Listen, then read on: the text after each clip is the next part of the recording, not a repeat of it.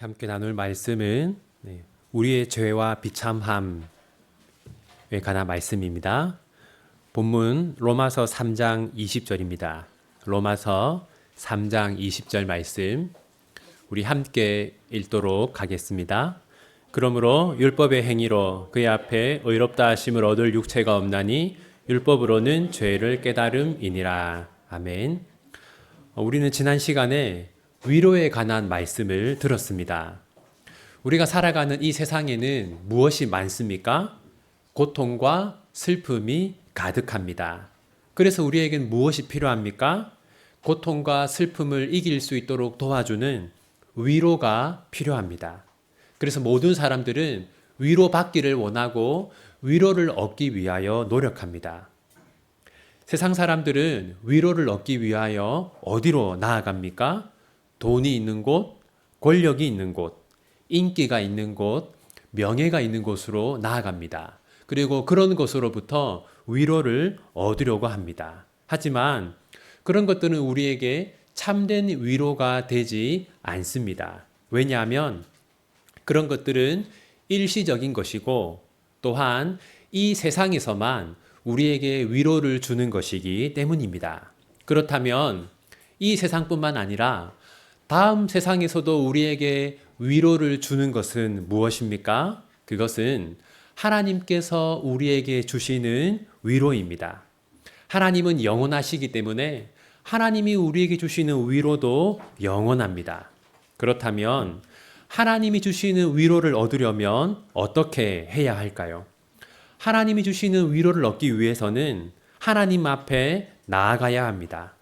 환자가 의사 앞에 나아가야 치료를 받을 수 있듯이 죄인들은 하나님 앞에 나아갈 때 은혜와 위로를 얻을 수 있습니다. 그런데 사람들은 은혜와 위로를 얻기 위하여 하나님 앞에 나아가지 않습니다. 그 이유는 자신을 죄인으로 생각하지 않기 때문입니다. 자신에게 병이 있음을 알 때, 내가 환자라는 것을 알 때 의사 앞에 나아가 치료를 받을 수 있는 것처럼 자신을 죄인으로 생각해야 하나님 앞에 나아가 은혜를 얻을 수 있습니다. 그런데 사람들은 자신을 죄인으로 생각하지 않습니다. 그래서 하나님을 찾지도 않고 하나님께서 주시는 위로를 얻지도 못하는 것이죠. 그렇다면 왜 사람들은 자신을 죄인으로 생각하지 않을까요? 그 이유를 잘 보여주는 사건이 성경에 기록되어 있습니다. 누가복음 18장 18절 말씀 우리 함께 읽겠습니다. 어떤 관리가 물어 이르되 선한 선생님이여 내가 무엇을 하여야 영생을 얻으리이까? 한 사람이 예수님을 찾아왔습니다. 평행 본문인 마태복음 19장은 이 사람을 부자 청년이라고 부릅니다. 부자 청년은 예수님께 영생을 얻는 방법에 관하여 물었습니다. 그런데 이 부자 청년의 질문에는 나는 영생을 얻을 자격이 충분하다라고 하는 교만이 숨어 있었습니다. 이에 예수님은 그 부자 청년에게 10계명을 지켜야 한다고 말씀하셨습니다. 누가복음 18장 20절 말씀 함께 읽겠습니다. 내가 계명을 안 하니 간음하지 말라, 살인하지 말라, 도둑질하지 말라, 거짓 증언하지 말라, 내 부모를 공경하라 하였느니라. 간음하지 말라는 7계명이죠. 살인하지 말라는 6계명입니다. 도둑질하지 말라는 8계명, 거짓 증언하지 말라는 9계명, 내 부모를 공경하라는 5계명입니다. 이렇게 예수님은 그 부자 청년에게 10계명을 지켜야 한다라고 말씀하셨습니다. 그러자 부자 청년은 다음과 같이 대답했습니다. 21절 함께 읽겠습니다. 여짜오되 이것은 내가 어려서부터 다 지켰나이다. 내가 어려서부터 다 지켰나이다. 부자 청년의 대답이 무엇입니까? 저는 10계명을 모두 다 지켰습니다. 그러므로 부자 청년은 자신이 어떤 사람이라고 대답을 한 겁니까? 저는 10계명을 모두 지켰습니다. 저는 죄인이 아니라 의인입니다. 이렇게 대답했던 것이죠. 그러자 예수님은 다음과 같이 말씀하셨습니다. 22절과 23절을 이어서 함께 읽겠습니다. 예수께서 이 말을 들으시고 이르시되 내게 아직도 한 가지 부족한 것이 있으니 내게 있는 것을 다 팔아 가난한 자들에게 나눠주라. 그리하면 하늘에서 내게 보화가 있으리라. 그리고 와서 나를 따르라 하시니 그 사람이 큰 부자이므로 이 말씀을 듣고 심히 근심하더라. 예수님은 부자 청년에게 재물을 가난한 자들에게 나누어 주라고 하셨습니다. 하지만 부자 청년은 자신의 재물을 가난한 자들에게 나누어 주기를 원하지 않았습니다. 왜냐하면 이 부자 청년은 하나님보다 돈을 더 사랑했기 때문이죠. 하나님보다 돈을 더 사랑하는 것은 돈을 우상처럼 여기는 것이고 제1계명을 어기는 것이죠. 따라서 이 부자 청년은 의인이 아니라 무엇입니까? 죄인입니다. 그런데 왜 이 부자 청년은 자신이 죄인이 아니라 의인이라고 생각을 했을까요? 그 이유는 이 부자 청년이 선과 악의 기준을, 의인과 죄인의 기준을 자기 자신에게 두었기 때문입니다. 내가 판단하기에 나는 죄인이 아니다 라고 생각했기 때문입니다. 이 부자 청년뿐만 아닙니다. 이 세상에 있는 거의 모든 사람들이 이와 같이 자신을 생각합니다. 내가 생각하기에 나는 죄인이 아니다. 따라서 사람들이 자신을 죄인으로 생각하지 않는 이유는 무엇입니까? 기준을 자기 자신에게 두기 때문이죠.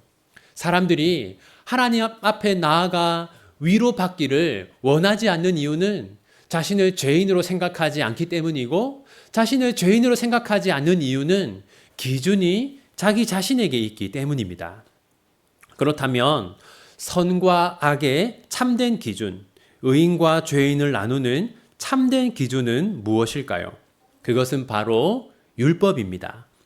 로마서 3장 20절 함께 읽겠습니다. 그러므로 율법의 행위로 그의 앞에 의롭다 하심을 얻을 육체가 없나니 율법으로는 죄를 깨달음이니라. 율법으로 죄를 깨닫는다라고 말하고 있습니다. 따라서 선과 악의 참된 기준은 무엇입니까? 율법입니다. 따라서 우리는 주관적인 기준, 내가 생각하기에 나는, 이런 기준이 아니라 하나님의 율법으로 우리를 판단해 보아야 합니다. 내가 생각하기에 나는 의인이다 라는 것은 하나님 앞에서 아무 의미가 없는 것이죠. 그렇다면 율법이 우리에게 요구하는 것은 무엇일까요? 율법이 우리에게 요구하는 것은 크게 두 가지입니다. 첫 번째는 하나님을 사랑하는 것입니다. 신명기 6장 5절 함께 읽겠습니다. 너는 마음을 다하고 뜻을 다하고 힘을 다하여 내 하나님 여호와를 사랑하라. 율법이 우리에게 요구하는 첫 번째는 하나님을 사랑하는 것이고, 두 번째는 이웃을 사랑하는 것입니다. 레위기 19장 18절 함께 읽겠습니다. 원수를 갚지 말며 동포를 원망하지 말며 내 이웃 사랑하기를 내 자신과 같이 사랑하라. 나는 여호와이니라. 율법이 우리에게 요구하는 것 두 가지는 하나님을 사랑하고 이웃을 사랑하는 것입니다. 여러분, 여기까지 들으면 아마 우리는 죄인이 아니라 의인일 것입니다. 우리는 하나님과 이웃을 사랑하기 때문이죠. 하지만 이것이 전부가 아닙니다. 율법은 하나님을 사랑하되 다음과 같이 사랑하라고 말합니다. 마태복음 22장 37절 우리 함께 읽겠습니다. 예수께서 이르시되 내 마음을 다하고 목숨을 다하고 뜻을 다하여 주 너의 하나님을 사랑하라 하셨으니, 율법이 우리에게 요구하는 것은 하나님을 적당하게 사랑하는 것이 아닙니다. 율법이 우리에게 요구하는 것은 하나님을 사랑하되 마음을 다하고 목숨을 다하고 뜻을 다하여 사랑하는 것입니다. 마음을 다하여 사랑하라는 것은 간절한 마음으로 하나님을 사랑하라는 것입니다. 목숨을 다해 사랑하라는 것은 하나님을 위해 목숨까지 내어놓을 수 있어야 한다는 겁니다. 뜻을 다해 사랑하라는 것은 우리의 생각을 언제나 하나님께 집중해야 한다라는 겁니다.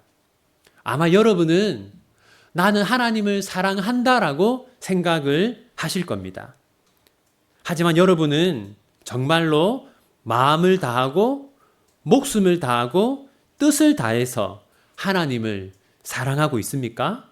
그렇지 않다면 여러분은 하나님을 사랑하지 않는 죄인입니다.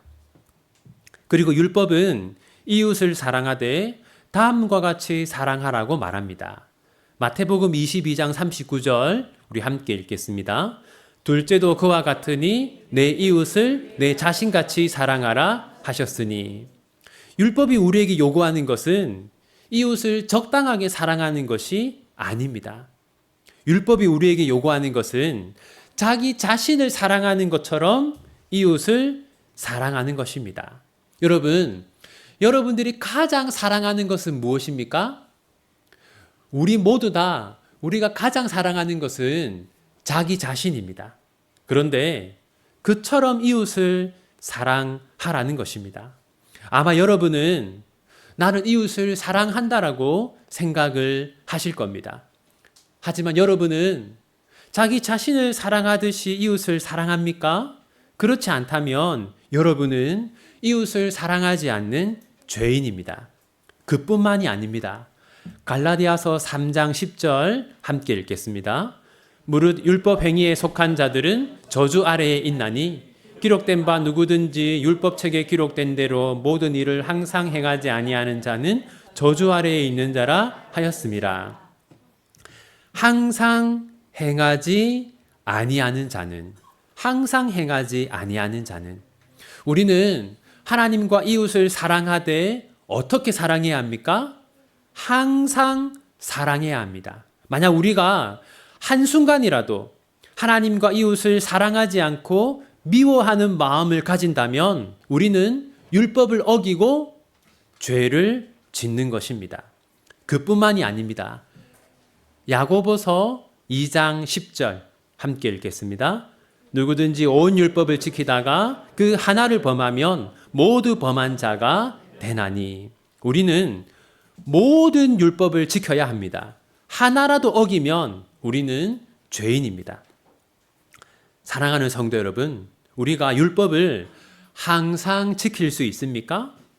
우리가 율법을 모두 다 지킬 수 있습니까? 없죠. 그렇기 때문에 우리가 만든 기준이 아니라 하나님의 기준인 율법으로 우리를 판단해 보면 우리는 어떤 사람입니까? 로마서 3장 20절 우리 함께 읽겠습니다. 그러므로 율법의 행위로 그의 앞에 의롭다 하심을 얻을 육체가 없나니 율법으로는 죄를 깨달음이니라. 우리가 우리 자신의 판단으로 자기를 생각해 보면 우리는 나름 괜찮은 사람이고 우리는 의인일 것입니다. 하지만 하나님의 기준인 율법으로 우리를 판단해 보면 우리는 명백하게 죄인입니다. 그래서 우리가 가장 자주, 가장 많이 하는 착각이 무엇입니까? 내가 의인이라는 착각입니다. 하지만 성경은 우리가 이런 사람이라고 말합니다. 창세기 6장 5절 함께 읽겠습니다. 여호와께서 사람의 죄악이 세상에 가득함과 그의 마음으로 생각하는 모든 계획이 항상 악할 뿐임을 보시고, 그의 마음으로 생각하는 모든 계획이 항상 악할 뿐임을 보시고, 바로 이것이 우리의 모습입니다. 우리는 항상 악한 것을 생각하는 사람들입니다. 예레미야 17장 9절 함께 읽겠습니다. 만물보다 거짓되고 심히 부패한 것은 마음이라 누가 능히 이를 알리오마는. 우리는 어떤 사람입니까? 우리는 세상에서 가장 거짓되고 부패한 마음을 가진 사람입니다. 바로 이것이 우리의 기준이 아니라 하나님의 기준으로 살펴본 우리의 진짜 모습입니다. 이제 말씀을 맺겠습니다. 누가복음 18장 21절 우리 함께 읽겠습니다. 여짜오되 이것은 내가 어려서부터 다 지키었나이다. 이 부자 청년의 말이죠. 내가 어려서부터 다 지키었나이다. 그러니까 이것은 무슨 말입니까? 나는 어떤 사람이라는 겁니까? 나는 의인이 아닙니다. 죄송합니다. 나는 죄인이 아닙니다. 나는 의인입니다. 라고 말하는 것이죠. 여러분, 우리도 마찬가지입니다. 우리도 이 부자 청년처럼 착각하고 살아갑니다. 우리가 의인이라고 착각하고 살아가는 것이죠. 그런데 우리가 그렇게 생각하는 데는 이유가 있습니다. 우리가 나는 의인이다 라고 그렇게 착각하는 것은요, 실제로 우리가 세상 사람들보다 더 선하기 때문입니다. 우리는 세상 사람들보다 더 착하고 더 겸손하고 더 정직합니다. 정말 그렇습니다. 그래서 우리가 의인이라고 생각하기가 쉽죠. 하지만 그것은 우리의 착각입니다. 그렇게 착각을 하도록 만든 것은 기준을 우리 자신에게 두었기 때문입니다. 내가 생각하기에 나는 저 사람보다 의인이다. 내가 생각하기에 나는 죄인이 아니다, 의인이다 라고 착각하면서 우리가 사는 것이죠. 하지만 하나님의 기준인 율법에 비추어 보면 우리는 어떤 사람입니까? 우리는 심각한 죄인입니다.